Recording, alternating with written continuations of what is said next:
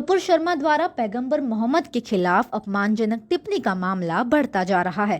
इस टिप्पणी के 3 हफ्ते बाद टाइम्स नाउ की एंकर नविका कुमार के नाम पर भी एफआईआर दर्ज कर लिया गया है। टाइम्स नाउ के प्राइम टाइम शो, जिसे नविका कुमार होस्ट कर रही थी, उसी शो के दौरान नुपुर शर्मा ने विवादास्पद बयान दिया था, जिसके बाद यह बयान एक बड़ा विवाद बनकर खड़ा हो गया। महाराष्ट्र के परभणी के एक मुस्लिम मौलवी की शिकायत के आधार पर नानलपेट थाने में दर्ज एफआईआर में नविका कुमार पर दुर्भावना की धार्मिक भावनाओं को ठेस पहुंचाने का आरोप लगाया गया है। ध्यान देने वाली बात यह है कि शर्मा की टिप्पणियों के बाद भारत और भारत के बाहर दोनों जगह भारी आक्रोश फैल गया है, जिस पर टाइम्स नाउ ने 27 मई को एक बयान जारी कर खुद को विवादास्पद टिप्पणियों से दूर कर लिया। अपने बयान में टाइम्स नाउ ने लिखा था कि हम हमारी बहस में शामिल होने वाले प्रतिभागियों से संयम बनाए रखने और साथ ही पैनलिस्टों के खिलाफ असंसदीय भाषा इस्तेमाल न करने की अपील करते हैं।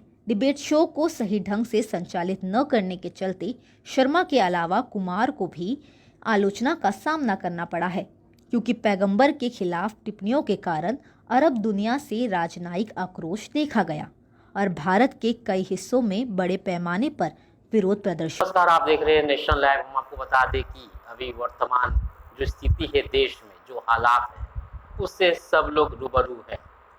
वो चाहे यूपी में मस्जिद का मामला हो या फिर अभी जो वर्तमान में चल रहा है नुपुर शर्मा, नवीन जिंदल के जो विवादित बयान है, उससे लगातार देश में हिंसा बढ़ती जा रही है।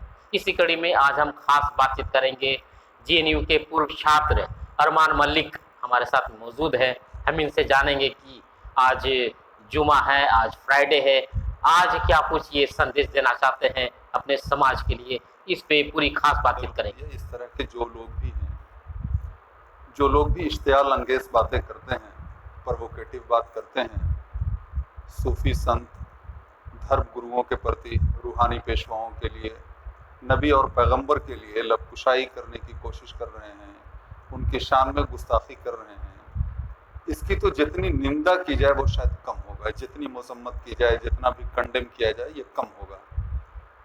देखिए, हमारा भारतवर्ष पूरी दुनिया में सबसे खूबसूरत देश है। यहाँ हिंदू, मुस्लिम, सिख, ईसाई और भी दीगर मज़ाहिब के लोग रहते हैं। हमारा भारतवर्ष देखिए लोकतंत्र है, ये एक डेमोक्रेटिक कंट्री है। हमारे भारतवर्ष का जो संविधान है ये पूरी दुनिया के लिए आइडियल है, मिसाली है। ये सब लोगों को समझना चाहिए। आज भी अगर किसी देश का और कंट्री के कॉन्स्टिट्यूशन का, संविधान का, आइन का निर्माण होता है और लिखा जाता है तो हमारे इंडियन कॉन्स्टिट्यूशन को, संविधान को, आइन को सामने रख कर लिखा जाता है, क्योंकि यहाँ का लोकतंत्र पूरे भारतवर्ष में ही नहीं बल्कि पूरी दुनिया के अंदर यहाँ का लोकतंत्र महालोकतंत्र है। ये एक मिसाल है, ये लोगों को समझना चाहिए। यहाँ हर धर्म की, हर जात की, हर समुदाय के लोगों की, सूफी संतों की, पैगंबरों की, रूहानी पेशवाओं की इज्जत और कदर की जाती है। ये कौन सी बात है हम श्री राम पर अंकुश लगाएं कि उन्होंने तो 6 साल में शादियां की। प्रोफेट मोहम्मद पर आप बोल रहे हैं कि 9 साल में। अरे भाई, वो रसूल हैं, वो प्रोफेट हैं, वो रूहानी पेशवा हैं, सूफी संत लोग हैं, भगवान हैं। आप उनके प्रति कुछ नहीं बोल सकते हैं।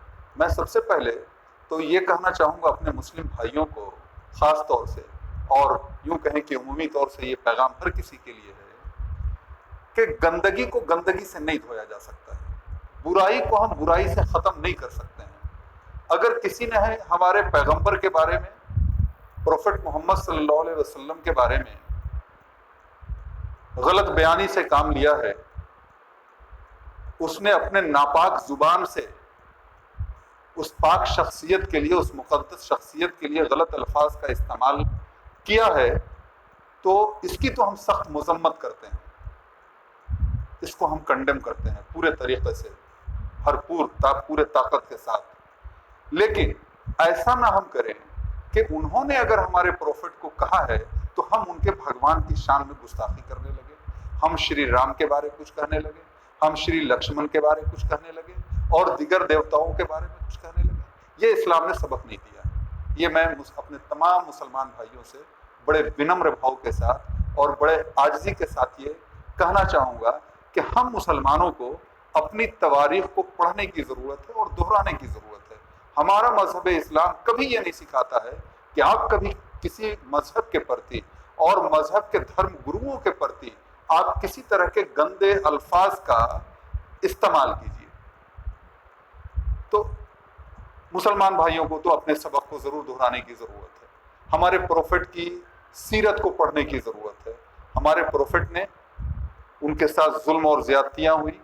ताइफ के मैदान में जो ताइफ शहर है वहाँ इनके ऊपर लड़कों को लगा दिया गया कि इनके ऊपर तंज करें, पत्थर मारें। नतीजा ये हुआ कि खून के तर होने से उनकी जूतियां लहूलुहान हो गईं। ये पूरा एक वाकया है, लेकिन अल्लाह के रसूल ने बदला नहीं लिया उनसे। देखिए, इस्लाम में बदला एकदम लास्ट की चीज़ होती है।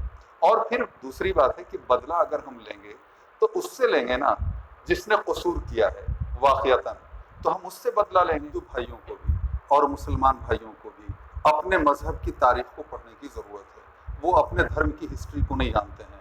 हमारा मुल्क इसलिए खूबसूरत है कि यहाँ रहने वाले और बसने वाले जितने लोग हैं और जो जिस धर्म को मान रहे हैं वो सारा का सारा मजहब बहुत ही खूबसूरत है। कोई धर्म और कोई मजहब, हमारे हिंदुस्तान में जितने मज़ाहिब हैं, कोई मजहब इस बात की तालीम नहीं देता है, इस बात के लिए किसी को प्रेरित नहीं करता है कि वो हिंसात्मक हो। जो कर रहे हैं वो चाहे हमारे हिंदू भाई हों चाहे मुस्लिम भाई हों, ये देखिए जो कर रहे हैं, मैं तो ये कहूँगा कि जो ये नौजवान लोग हैं शायद इनको अपनी तारीख नहीं मालूम है। इनको इनके साथ लोग इनको प्रवोक कर रहे हैं, इनको गलत तरीके से यूँ कहें कि रिलीजन को, जो सो कॉल्ड पॉलिटिकल लोग हैं, आखिर कौन उनके पीछे कौन है?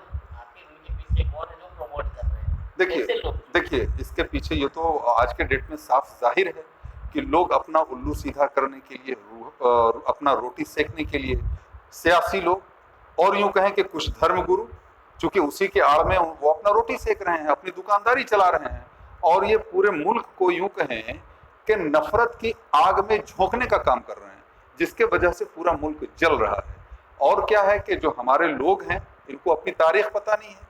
चूंकि अब एजुकेशन से लोगों को आप दूर कर रहे हैं तो उनको तो ना तो भारत के संस्कृति के बारे में मालूम है, ना तो इस्लाम की तारीख के बारे में मालूम है, ना तो हिंदुइज्म के बारे में मालूम है, ना तो सिखिज्म के बारे में मालूम है, नहीं तो ईसाइयत के बारे में मालूम है, क्रिश्चियनिटी के बारे में मालूम है। तो सबसे पहले तो ये सारे लोग जो भी कुछ कर रहे हैं, तो आप करने से पहले इन चीज़ों को आप पढ़ें। उसके बाद फिर आपको लगता है कि अगर आपका धर्म वाकई ये सबक सिखाता है कि आप हिंसात्मक हो जाएं, हिंदू मुस्लिम को काटे, मुस्लिम हिंदू को काटे, अगर ऐसा मजहब सिखाता है तब तो फिर हम बोलेंगे कि भाई अगर मजहब ऐसा सिखाता तो हम लोग जैसे लोग तो कुछ नहीं बोल सकते। लेकिन जहाँ तक मैंने पढ़ा है, हिंदुइज्म के बारे में मैं जानता हूँ, इस्लाम के बारे में मैं जानता हूँ कि और जितने भी मज़ाहिब हिंदुस्तान में है, इसका सबसे मुख्य उद्देश्य और सबसे पहला लेसन यही है, आपसी भाईचारा, आपसी प्यार और मोहब्बत। एक दूसरे के जज्बात के साथ लोग खिलवाड़ नहीं करें, एक दूसरे को टीज करने की और तकलीफ पहुंचाने की कोशिश नहीं करें। देखिए हमारे इस्लाम में क्या कहा गया कि नेबरहुड, पड़ोसियों के बारे में एक हक है, आता है हमारे यहाँ यूँ कि अगर आपका जो उसका दायरा तय किया गया है, हद तय किया गया है कि 40 घर आपके नेबरहुड में आता है, उस 40 घर में अगर कोई घर के लोग भूखे रह जाते हैं, प्यासे रह जाते हैं और आप अपने घर में खूब शेरो शिकम हो करके खाना खाते हैं, तो ये आपका खाना खाना जायज़ और दुरुस्त नहीं होगा। ये आपकी जिम्मेदारी बनती है कि आपको 40 घरों की खैर खबर लेनी चाहिए कि ऐसा तो नहीं है कि आपके ये पड़ोस में 40 घर में कोई भूखा तो नहीं है। इसमें कहीं पर ये बात नहीं लिखी हुई है कि वो 40 घर जो है मुसलमान का होना चाहिए। ये तो लोगों को समझना चाहिए। बल्कि जो घर जितना ज्यादा करीब है, अगर मुस्लिम भाई का घर हिंदू भाई के घर से दूर है तो पहला हक है कि वो पहला घर अगर आपका नेक्स्ट डोर हिंदू भाई है तो आपको सबसे पहले मुसलमान को छोड़ करके उसको हिंदू भाई का ख्याल रखना है। ये नेबरहुड है, ये पड़ोसी का हक है। तो हमारे यहाँ तो देखिए ऐसे इतने खूबसूरत मज़ाहिब हैं। इसी तरह से हिंदुइज्म में हम लोग जो फास्टिंग करते हैं, आपके यहाँ जो हिंदू भाई लोग जो उपवास रखते हैं, आखिर क्यों? ये रियलाइज कराने की कोशिश की गई है कि भूखों के प्रति, प्यासों के प्रति आपके दिल में दर्द पैदा हो जाए। जब आप भूख से दो चार होंगे तो आपको लगेगा कि नहीं भाई, वो लोग भूखे रहते हैं तो कैसा महसूस करते होंगे, ताकि आप भूखों को खाना खिलाने वाले हो जाएं, नंगे को कपड़ा पहनाने वाले हो जाएं, प्यासों को पानी पिलाने वाले हो जाएं, हर हाजतमंद और जरूरतमंद लोगों के जरूरत के वक्त और हाजत के वक्त काम आने वाले हो जाएं। ये तो इंसानियत का पैगाम है कि हर इंसान के हमें काम आना है। अब इस तरह से जो लोग कर रहे हैं, नुपुर शर्मा हो या नवीन जिंदल हो, ये हमारे भारत की संस्कृति नहीं है। हमारे बड़ों ने कभी किसी मजहब के ऊपर उंगली नहीं उठाई, अंगुष्ठ नुमाई नहीं की है। क्या सर, क्या मांग करते हैं? अगर इस तरीके से विवादित बयान दिए हैं तो आप क्या कुछ कहना चाहेंगे? मतलब क्या आपकी क्या मांग होगी, आपकी समुदाय की ओर से क्या मांग? देखिए, सबसे पहले तो मैं ये कहना चाहूँगा कि जो लोग इस तरह के बयानात को दे रहे हैं, ये हमारे संस्कृति का और तवारीख का हिस्सा नहीं है। संविधान में इसकी कोई जगह नहीं है। अगर ये लोग इस तरह के बयानात दे रहे हैं और उस पर अगर कार्रवाई नहीं हो रही है, तो ये वाक़यतन हम लोगों को समझना चाहिए कि आज के डेट में हमारा भारतवर्ष के संविधान से चल रहा है कि नहीं चल रहा है।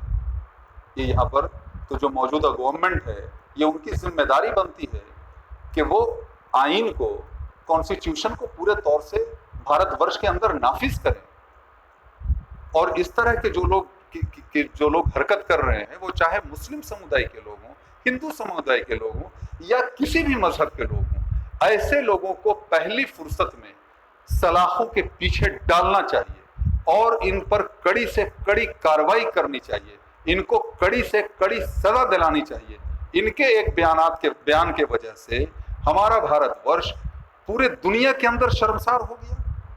आपको पता है, जिस तरह से अभी गल्फ कंट्रीज में जो उबाल आया है, अरे भाई देखिए, हम मुसलमानों ने, अगर आप इसकी बात करते हैं तो बात तो बहुत दूर तक चली जाएगी। आपको शॉर्ट में हम ये बताते हैं कि हम मुसलमानों ने हमेशा अपने इस मादरे वतन अजीज के आबरू को बरकरार रखने की कोशिश की है। इसकी इज्जत को और इसकी हुर्मत को हमने कभी पामाल नहीं होने दिया है। हम अपनी बात को कभी भी मुल्क से बाहर नहीं करना चाहे हैं। हमारे ऊपर जितने भी मजालिम ढाए जा रहे हैं या ढाए गए, उसको हमने सब्र और तहम्मुल के साथ सहने का काम किया है। हमने हमेशा यही समझा कि हम लोग, ये घर का मामला है, घर के अंदर हम लोग इसको हल कर लेंगे और हमेशा हल करने की हमने कोशिश किया है। लेकिन नवीन जिंदल जैसे लोग और नुपुर शर्मा जैसे लोग हमारे वतन को मुस्तकिल शर्मसार करने का, जलील और रुस्वा करने का, इसकी इज्जत और इसकी हुर्मत को पामाल करने की कोशिश कर रहे हैं, तो शायद ये कहना गलत नहीं होगा।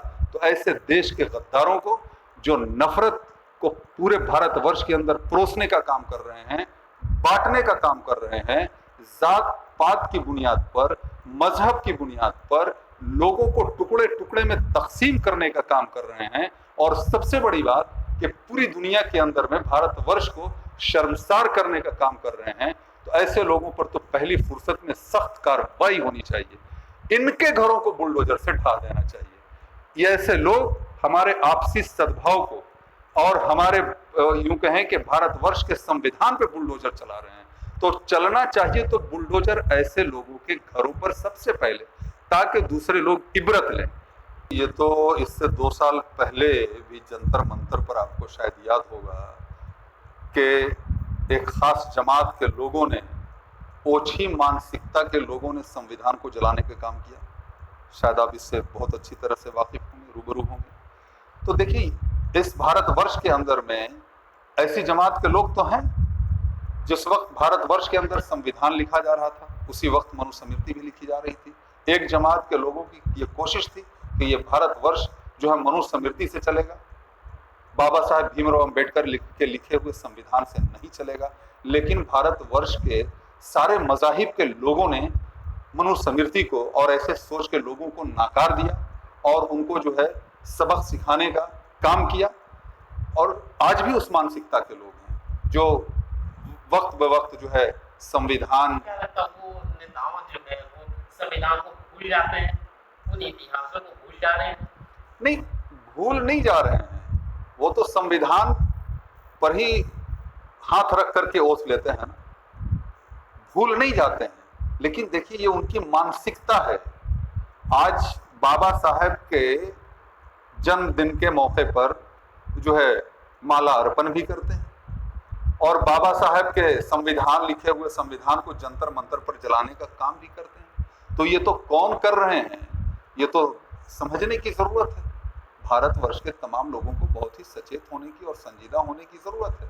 देखिए भारतवर्ष ऐसे नहीं चलेगा। और हम आपको ये बता देना चाहते हैं कि ये इस तरह के नापाक साजिश रचने वाले लोग, गंदी सोच रखने वाले लोग कभी भी अपने मंसूबे में कामयाब नहीं होंगे। ये ना तो पहले हुए हैं और ना तो मौजूदा वक्त में हो रहे हैं और ना तो ये मुस्तकबिल में होंगे। अगर ये लोग इस तरह की हरकत करेंगे तो फिर भारतवर्ष के लोग जो है प्रोटेस्ट करेगी, एहतजाज करेगी, मुस्बत कदम और पहलू को लेकर के आगे बढ़ेगी और ऐसे लोगों को सबक सिखाने का काम करेगी। भारतवर्ष देखिए ये यहाँ ये लोकतंत्र है, यहाँ प्रजातंत्र है, यहाँ राजतंत्र नहीं है, यहाँ डिक्टेटरशिप नहीं चलेगा, यहाँ तानाशाही नहीं चलेगी। जिस तरह से योगी जी कर रहे हैं यूपी के अंदर में, ये सब बस ये है कि ठीक है अभी वो कर ले रहे हैं। जनता सब बात को देखिए याद रखे हुई है। वो अपने मुस्तकबिल को संवारने के लिए इन मौजूदा वक्त की बातों को याद रख करके मुस्तकबिल को संवारने का काम करेगी। ये जितने दिन की इनकी हुकूमत है बस उतने ही दिन ना, उसके बाद ये इनके बाप की जागीर नहीं है। यहाँ राजतंत्र थोड़ी है कि आप ही की हुकूमत कायम रहेगी। तो ये सब नहीं चलेगा। दूसरी बात है कि भारत के लोग सचेत हो रहे हैं। यहाँ अदालत से, यहाँ की जुडिशरी से ऊपर यहाँ के ना तो मुख्यमंत्री हैं ना तो प्रधानमंत्री हैं कि योगी जी क्या संदेश देना चाह रहे हैं। नुपुर बुलडोजर तो चलना चाहिए था नुपुर शर्मा और नवीन जिंदल जैसे लोगों के घर पर, चूंकि इनका जुर्म पूरी दुनिया की अदालत में, अवाम की अदालत में साबित हो चुका है इन्होंने जो कहा है, और इसीलिए पूरी दुनिया में आक्रोश भी है। सिर्फ भारतवर्ष में तो आक्रोश नहीं है। लेकिन अभी वैसे लोगों को जो प्रोटेस्ट कर रहे हैं, हम ये नहीं कह रहे हैं कि जो लोग प्रोटेस्ट कर रहे हैं वो बहुत अच्छा कर रहे हैं। हाँ, प्रोटेस्ट करना, एहतजाज करना हमारा संवैधानिक हक है। तो हम अगर अपने हक और हुकूक की बात कर रहे हैं और संवैधानिक तरीके से प्रोटेस्ट कर रहे हैं, संवैधानिक तरीके से हम लड़ाई लड़ रहे हैं, तो ये हमारा हक है।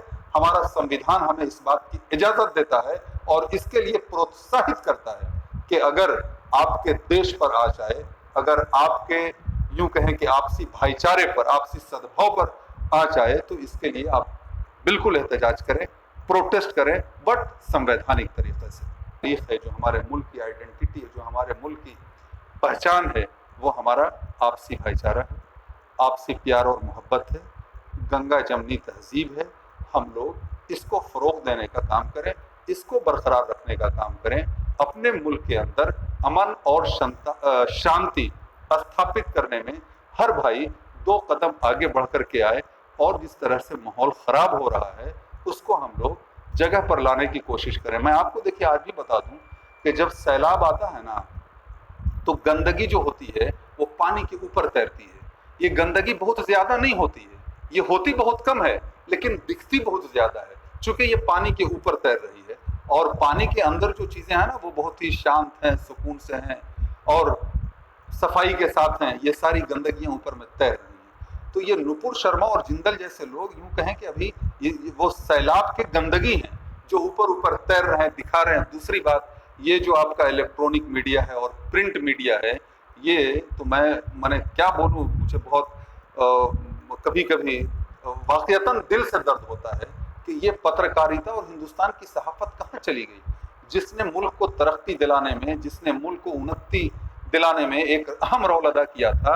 आज वो मीडिया और आज वो हिंदुस्तान की पत्रकारिता पूरे दुनिया के सामने अपने मुल्क को जलील कराने पे और शर्मसार कराने पे लगा ली है। नुपुर शर्मा और रविंद्र जिंदल जैसे लोगों को क्यों अपने डिबेट में बुलाती है? और यह इस तरह से जो भी मौलाना अगर भड़काऊ भाषण देते हैं तो ऐसे इलेक्ट्रॉनिक मीडिया को, ऐसे न्यूज चैनल को तो ऐसे लोगों को कभी डिबेट और डिस्कशन में बुलाना ही नहीं चाहिए। लेकिन पता नहीं है क्या मजबूरी है, कहां से इनको चेक आता है, कहां से फंडिंग आता है, कि उसी का गाना गाते हैं। और ऐसे लोगों को जो नफरत फैलाने का काम कर रहे हैं, नफरत को पूरे भारतवर्ष के अंदर में परोस रहे हैं और पूरा हिंदुस्तान उस नफरत की आग में जल रहा है, तो क्या इन्होंने ये ठिका ले रखा है, क्या ये तय कर लिया है इन न्यूज चैनल वालों ने, इन इलेक्ट्रॉनिक मीडिया वालों ने, कि पूरे भारतवर्ष को हम जला करके ही दम लेंगे या गुलाम बना करके ही दम लेंगे? क्यों ऐसे लोगों को बुलाते हैं? देखिए, ये तो सोशल मीडिया है कि आप जैसे लोग हम लोगों तक पहुंच जाते हैं और भारतवर्ष के नेक दिल इंसानों तक पहुंचते हैं, ताकि ये कुछ अच्छी बात। अरे भाई, न्यूज चैनल से, इलेक्ट्रॉनिक मीडिया से, प्रिंट मीडिया से तो पॉजिटिव बातें जानी चाहिए, आपसी सद्भाव की बातें जानी चाहिए, प्यार और मोहब्बत की बातें जानी चाहिए, जो हम हिंदू मुस्लिम को एक कर दे, ये बातें जानी चाहिए।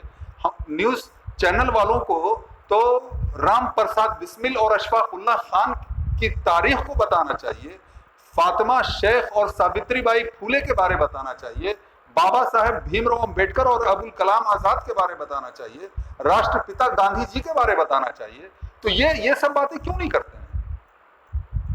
इस मानसिकता के लोगों को क्यों डिबेट में बुलाते हैं? इन मानसिकता के लोगों को क्यों न्यूज चैनल पे बुलाते हैं? और गला फाड़ फाड़ करके एंकर भी जो समझ में आता है वो बकता है, और गला फाड़ फाड़ करके संबित पात्रा जैसे लोग, नुपुर शर्मा जैसे लोग, नवीन जिंदल जैसे लोग, जिसको न तो अपने मजहब के बारे पता है और न तो भारतवर्ष की संस्कृति के बारे पता है।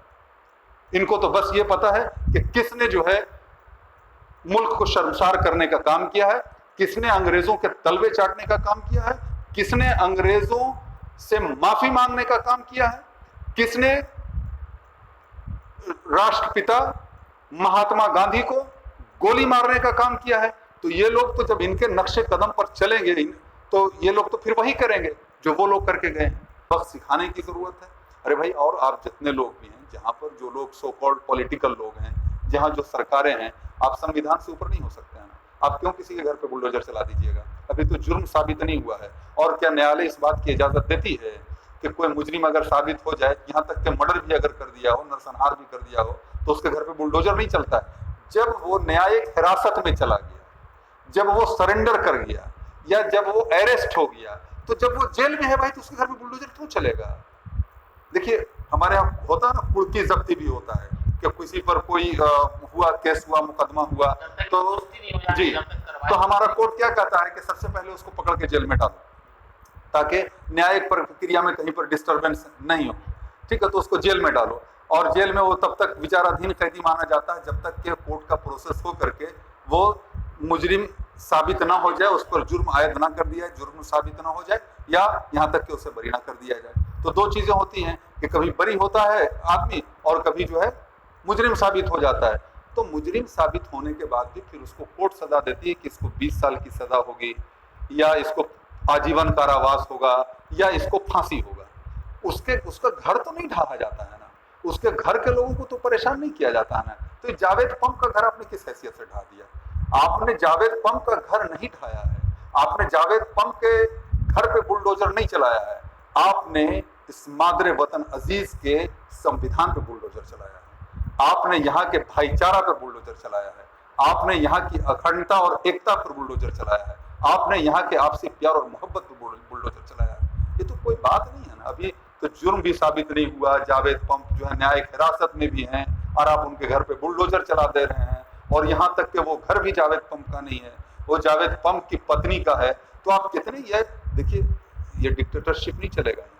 यहाँ लोकतंत्र है, यहाँ प्रजातंत्र है, यहाँ राजतंत्र नहीं है कि आपके मन में जो आएगा सो किया जाएगा। इनका भी वक्त आएगा, और शायद के वकील लोग न्यायिक प्रक्रिया में जा रहे हैं, और इनके ऊपर भी, यहाँ तो आप प्रधानमंत्री और मुख्यमंत्री के ऊपर भी केस कर सकते हैं, और संविधान से तो ऊपर कोई नहीं उठ सकता है। संविधान के अगर अंदर छेड़छाड़ होगा तो न्यायालय है, और फिर यहाँ पर भारतवर्ष के जितने लोग हैं, देखिए, संविधान से छेड़छाड़ होगा तो ये एक खास समुदाय की फिर बात नहीं होगी, ये पूरे समुदाय की बात होगी। और इस मुल्क के तमाम शहरी उसके लिए खड़े हो जाएंगे और अपने संविधान में छेड़छाड़ किसी कीमत पर बर्दाश्त नहीं करेंगे। ये आपके चैनल के माध्यम से हम उनको बता देना चाहते हैं। अपने इस टेंडेंसी को और अपने इस रणनीति को वो ख़त्म करें, और आपसी भाईचारा और प्यार मोहब्बत को परवान चढ़ाने में योगी जी जो है ऐसा कुछ करें कि हमारे मुल्क के अंदर फिर से अमन और शांति स्थापित हो जाए, हिंदू मुस्लिम एकता, आपसी भाईचारा, आपसी एकजुटता ये कायम हो, इसके लिए वो काम करें। मैं आज यही कहना चाहूँगा सारे अइम्मा हजरात से और सारे मुसलमान भाइयों से कि वो शांति बनाए रखें अपने मुल्क में, इसकी आपसी भाईचारा के लिए, आपसी प्यार और मोहब्बत के लिए गंगा जमनी तहजीब हमारे मुल्क में खूब फले फूले, फ़रोग़ पाए, हमारे मुल्क के अंदर हर तरह से शांति और अमन स्थापित हो जाए, इसके लिए सारे मुसलमान भाई दुआएं करें और कोई ऐसी गलती और कोई ऐसी हरकत नहीं करें या किसी के बहकावे में हमारे नौजवान साथी ना आ जाएं जिसकी वजह से हमारे मुल्क में आपसी सद्भाव, मुल्क का आपसी सद्भाव गड़बड़ा जाए, आपसी भाईचारा मजरूह हो जाए, एक दूसरे से लोगों के अंदर में जो है नफ़रत की दीवारें खड़ी हो जाएं और नफ़रत पनपने लगे, बल्कि सारे भाई लोग इस नफ़रत की जो आग लगी हुई है, इस नफ़रत की आग को मोहब्बत के पानी से बुझाने का काम करें।